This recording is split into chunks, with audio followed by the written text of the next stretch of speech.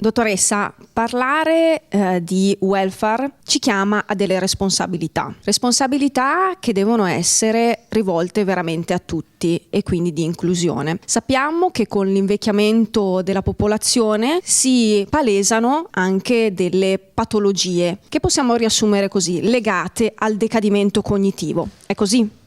Sì, in effetti è così, perché non sempre la vecchiaia è legata al decadimento cognitivo, speriamo anche di no. Io comincio a essere vecchia, non vorrei arrivare in questo percorso, però il percorso è il percorso di molte famiglie che in questo momento stanno facendo fatica ad assistere degnamente i loro familiari. Comunque il welfare in questo momento è variegato, ci sono diverse proposte sul territorio, soprattutto per togliere le persone con decadimento cognitivo dalla solitudine e dalla vita isolata, anche perché i familiari, soprattutto se sono familiari giovani, lavorano e hanno bisogno di essere inclusi in qualche attività. Tutte le nostre associazioni fanno le attività del progetto Sollievo finanziato dalla Regione del Veneto e questo permette almeno 2 o 3 volte alla settimana per 3 ore di fare delle azioni di stimolazione cognitiva, musicoterapie e altre cose che possono aiutare le persone anziane con decadimento cognitivo ad essere accudite e ritrovare la loro serenità. Se loro trovano serenità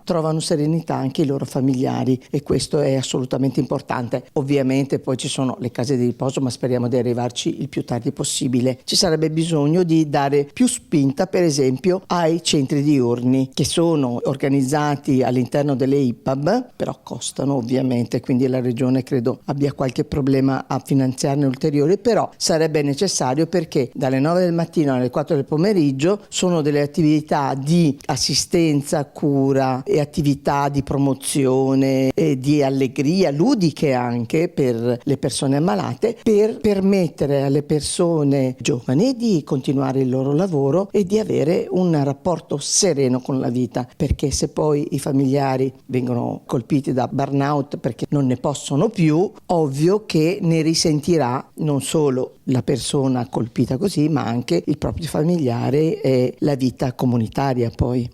E proprio di disturbi neurocognitivi saranno al centro del convegno che si terrà qui in Fondazione Opera Immacolata Concezione, promosso da Fondazione OIC Onlus, con altri player che andremo a raccontare nelle prossime pubblicazioni e aggiornamenti, che ci permette appunto di fare rete e parlare di questo grande tema che mette insieme best practice, prassi, formazione e opportunità per il territorio. Questa è la strada, perché la strada della formazione è necessaria, anzi fondamentale, ed è necessario anche che tutti quelli che affrontano questo tema siano preparati e quindi poi si mettano in collegamento con associazioni, fondazioni e tutto quello che c'è nel territorio, quello che state facendo voi. Comunque buon lavoro.